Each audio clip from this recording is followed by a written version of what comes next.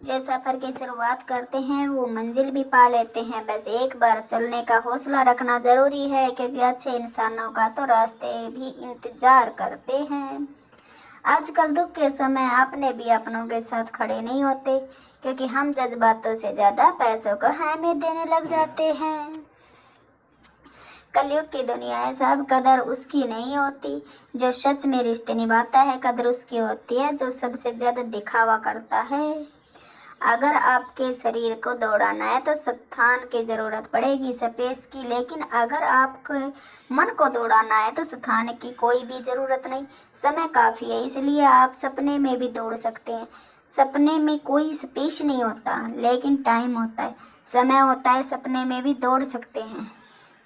आराम कुर्सी पर लेटकर आंख बंद करके भी अनंत अनंत यात्राएं कर सकते हैं।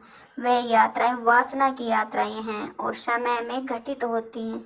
महावीर से कोई पूछता है कि जब समाधि उपलब्ध हो जाती है तो हमारे भीतर से कौन सी चीज गिर जाती है, तो महावीर कहते हैं समय, टाइम, समय गिर जाता है, क्योंकि जिस व्यक्ति के भीतर समाधि फलित होती है उस व्यक्ति के भीतर वासना की दौड़ नहीं रह जाती, और उस दौड़ को भी जो मार्ग है वह गैर अनिवार्य हो जाता है, वह गिर जाता है।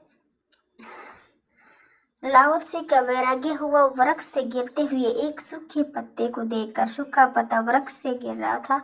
लाओ त्से ने उसे गिरते देखा और उसे याद आया अपनी भी गिरने की बारी आने की। कब तक हरे रहेंगे?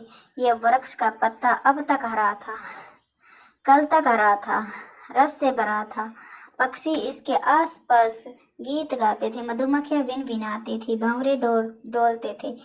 आज सूख गया, आज न पक्षी कोई गीत गाएंगे, आज न मधुमक्खियां आएंगी, न तितलियां आएंगी, आज रसहीन हो गया, आज रस के स्रोत से उखड़ गया, आज चल पड़ा, गिर पड़ा, मिट्टी में गिरेगा, मिट्टी में मिल जाएगा, मिट्टी से ही उठा था, मिट्टी में ही वापस लौट जाएगा।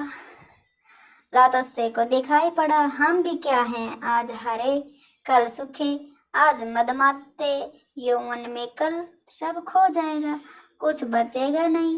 पर्याप्त था, इतना वैराग्य हो गया। ओशो फिर कहने लगा, यही तो जीवन का बदलाव है।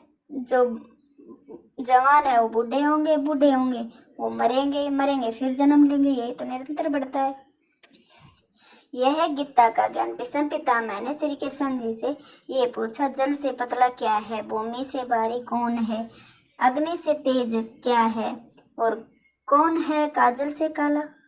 श्री कृष्ण जी ने मनमोहिनी मुस्कान के साथ उत्तर दिया, पितामह, जल से पतला ज्ञान है, भूमि से भारी पाप है, क्रोध अग्नि से तेज है, और कलंक काजल से काला है।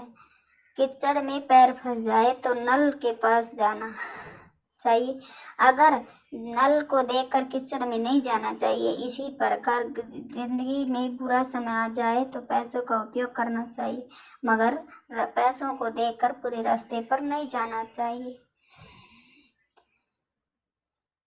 पेड़ के नीचे रखी भगवान की टूटी मूर्ति को देखकर समझ आया कि परिस्थिति चाहे कैसी भी हो, पर कभी खुद को टूटने नहीं देना, वरना ये दुनिया जब टूटने पर भगवान को घर से निकाल सकती है तो फिर हमारी तो औकात ही क्या है, ये तो सब जानते हैं। पापा कहते हैं, बेटा नीयत और सोच अच्छी होनी चाहिए, बातें तो कोई भी अच्छी कर सकता है। जिंदगी में एक बात जरूर याद रखना, कोई हाथ से ले जा सकता है मगर नसीब से नहीं।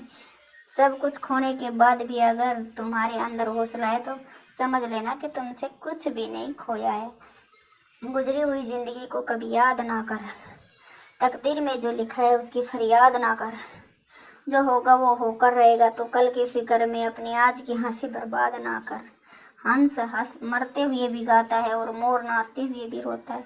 ये जिंदगी का फंडा है, दुखों वाली रात नींद नहीं आती और खुशी वाली रात कौन सोता है। इतनी मेहरबानी मेरे ईश्वर बनाए रखना, जो रास्ता सही है उसी पर चलाए रखना, न दिल दुखे किसी का मेरे कार्य से, शब्दों से इतनी रहम तू मेरे भगवान मुझ पे बनाए रखना। ना हथियार से मिलती है ना अधिकार से मिलती है, दिलों में जगह सिर्फ व्यवहार से मिलती है, ये तो सत्य है, शिवम है, सुंदर